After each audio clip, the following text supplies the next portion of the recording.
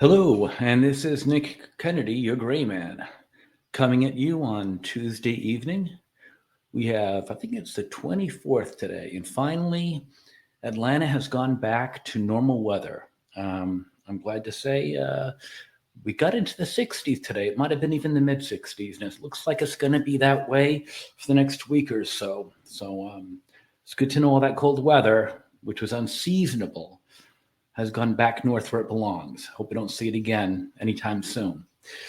Anyway, so yeah, I decided that tonight I'm going to do a review of a movie that I've been kind of putting off for a while now, um, and that is Saltburn. I guess it's been out there and it's made some noise, and people have talked about it. I looked at it, and to be honest with you, it's not really something that would have appealed to me. But doing these reviews, I thought that maybe I owe it to people to give a review of something that people are talking about.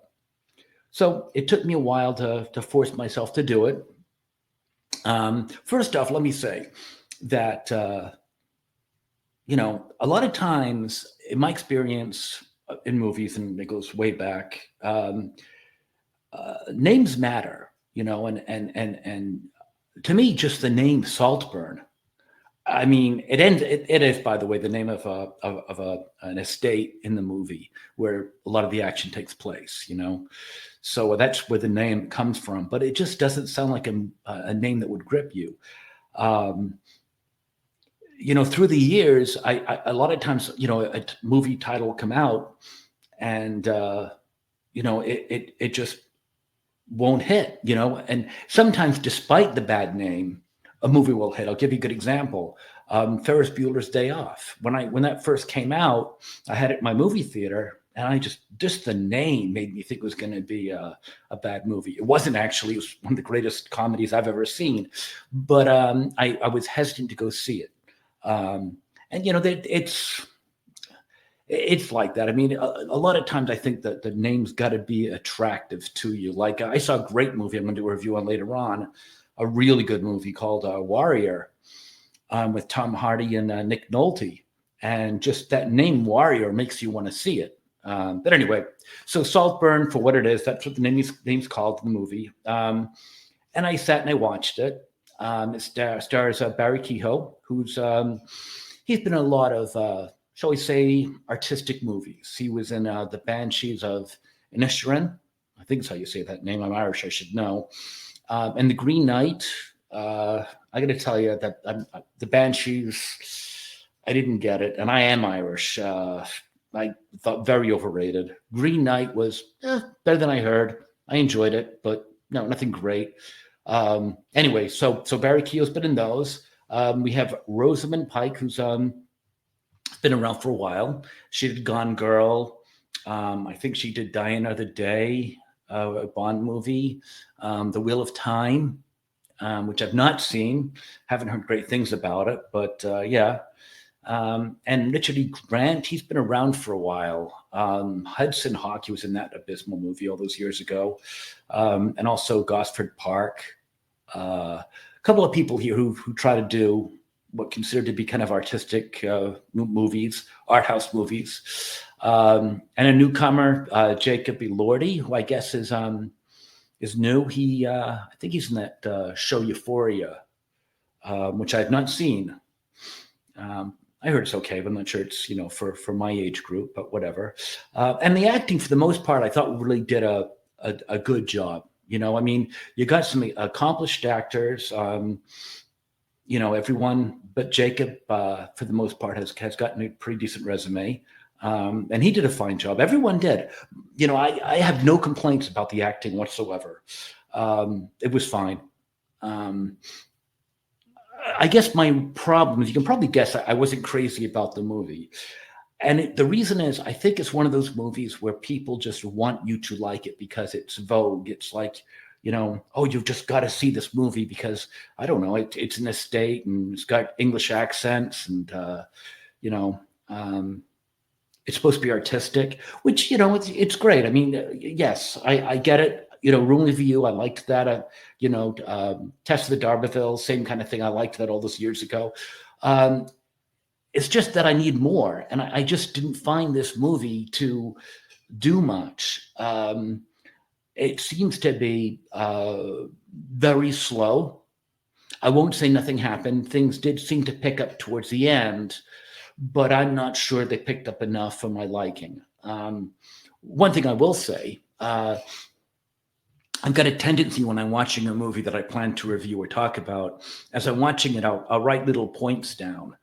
If somebody does something that I think is odd or out of character, I'll make a little notation. And I did. I filled up quite a bit watching this movie. And to the movie's credit, by the time the movie was over, I crossed all my questions out. It answered pretty much everything. So I will say that, you don't sit there at the end going, well, it didn't explain why this person did that or this person did that. It does pretty much cover everything. So if you find yourself a little bit scratching your head, hang in there till the end. I think it'll answer pretty much everything you want. It does move very slowly, without any question. So you're not watching something like Speed or Pulp Fiction where it's like a roller coaster. This is something it's like watching a chess game. Which I'm usually fine with that. It's just, like I said, this movie I guess it wasn't made for me, is what it is. It didn't have the things that I like in a movie, but in and of itself, it was fine.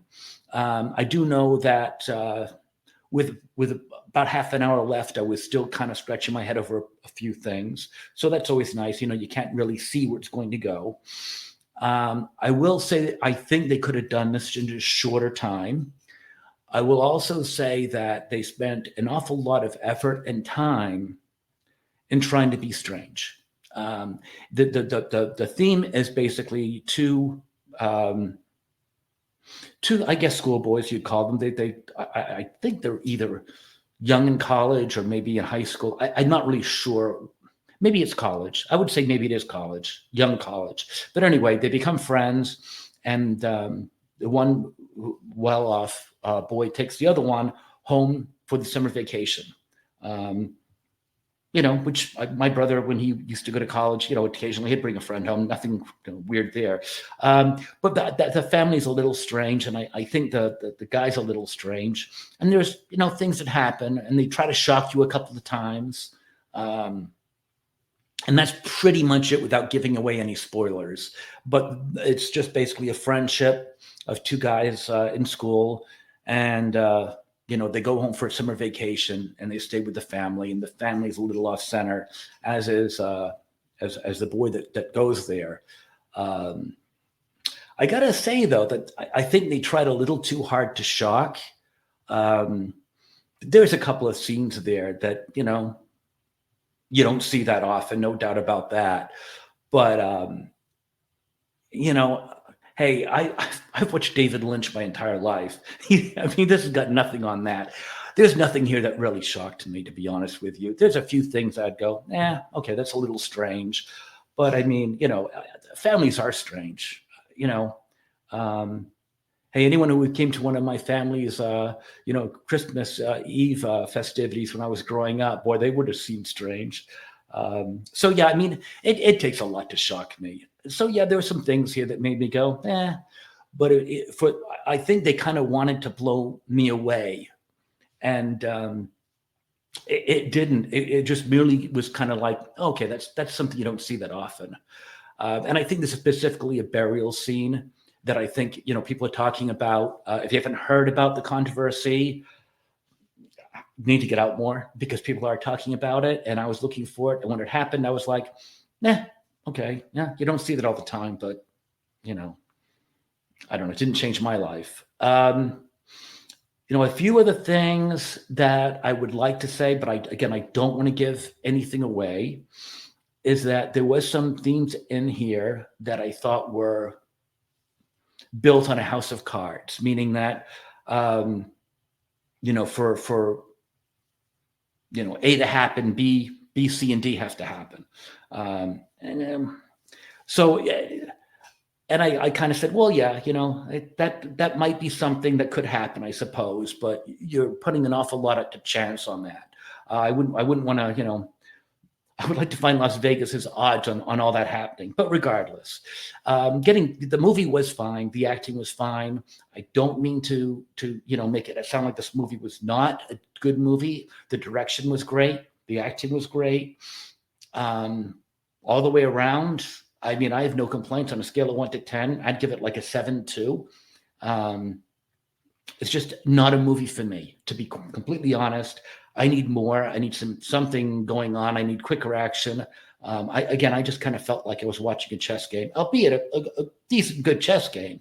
But if they were just waiting for me to get blown away by being shocked, yeah, that didn't work. So we'll give it like a 7 out of 2 out of 10. I am going to give a movie a review next, either today or tomorrow, on a movie that I did see that I really enjoyed, Warrior, that I mentioned earlier on. And that really was a great movie.